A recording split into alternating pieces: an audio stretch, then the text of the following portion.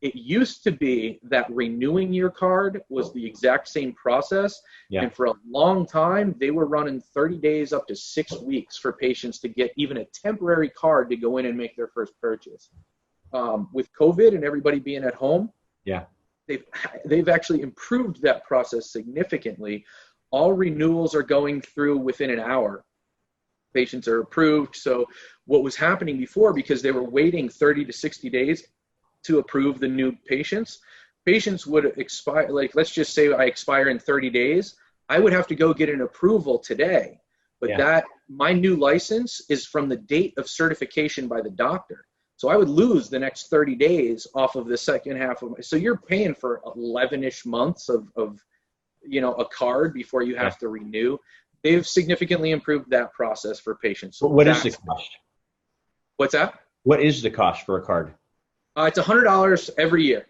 Renewal's the same for that. Most of the doctor's offices are charging around $125 to $200 for the doctor's visit.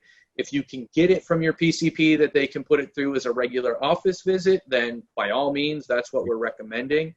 But you're talking, $250, $300 for patients just to come in and have that conversation of, is this something that's appropriate for me, and what dosing and what products and how much is it going to cost and everything else. So are patients afraid now now they're in the system? Because you always hear this, that I don't want to be in the system, and you get pulled over, in the officer and sees, oh, Brian's a medical cannabis patient. Now I have a reason to search. Or, Chris and I spent a lot of time in Montana, and a lot of them, they're hunters. That's a way of life, and a right to bear arms. And they're cannabis patients, but they said, I can't do this because I'll lose my rights to,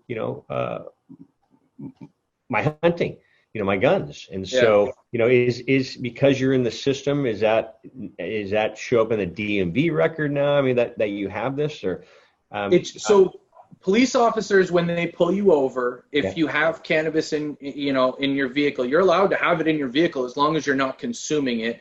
But in the trunk, right? We always recommend put it in your trunk. Don't give them a reason to give you any trouble that you don't need. Just like they can pull up their prescriptions to see if they have been receiving narcotics that might have them under the influence.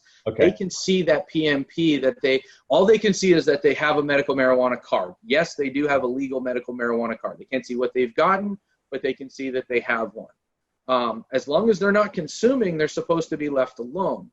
Now, the two funny things there is the majority of parole officers are now recommending that the parolees get a card just as a CYA.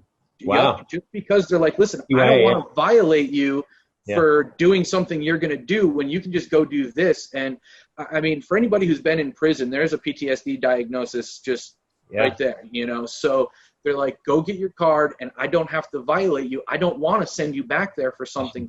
So you're seeing a lot of the people that would be worried about being in the system are becoming much less concerned with being in the system, because actually being in the system is benefiting them and causing them less headaches. Now, it's a double-edged sword. Oh, sorry. I was going to ask you earlier, and I said I'm not going to ask, and then we got into this, and you're talking about this. I was going to ask you, can felons obtain a card? Yes, and it sounds like they can obtain a card. They just can't work in the industry. Okay. Messed up as that is, but they can. So that's not a problem. They're just not allowed to work for any cannabis company in Connecticut, which is nuts. But so I feel bad because I wanted to have you talk about your business. So let's talk about your business, MM Consult Connecticut. And so can you share what you do on a daily basis? Actually, that leads in perfect, because that's exactly why I started my business, was because I had, beyond the amount of questions I get from people just about CBD in general and everything too, I get so many people that would say, oh, my mom wants to do this, but she needs to talk to somebody before she's going to spend $300 to do it. She doesn't know if it's right for her, this or that.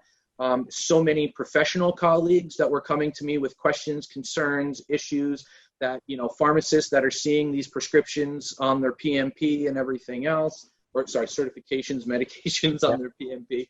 So I was getting so many questions, and my particular situation I was becoming a little disenfranchised with, we'll say. So I decided, I'm like, you know what? I am going to keep my pharmacist degree and what I've been doing intact and go and counsel patients, consult for, doctor's offices, psychiatric offices, anybody who wants in services or has questions, concerns, companies, how to deal with, employees that are using their medication and they still have to be within OSHA guidelines and everything else, and how to deal with that. So that was where my company came from, was just the ability to get out there and talk to patients. I was going out doing, festivals and stuff like that too, just setting up tables and saying, we can talk about this, no problem. And so many patients were like, oh my God, I don't want to go to a dispensary. I don't want to do this, but I want to know about that. And tell me about CBD and tell me about this. And so it really was just kind of a natural progression for me.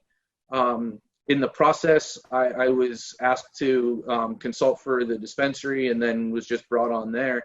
And, it just kind of fits. I'm able to see patients and help them there and continually do what I do and still keep my business running to do that on the side as well.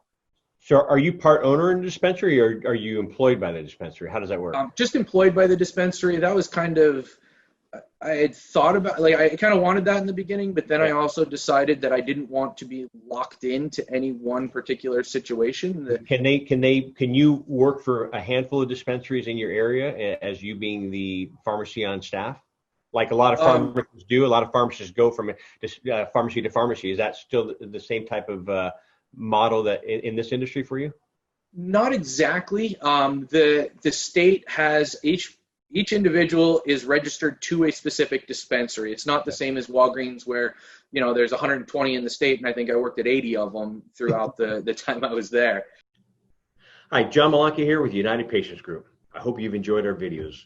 Please click like as well as subscribe to our channel here on YouTube. Also, follow us on Twitter at Patients Group and on Facebook at United Patients Group, as well as for our podcast. Please click the link in the description below. We'll see you there. Bye-bye.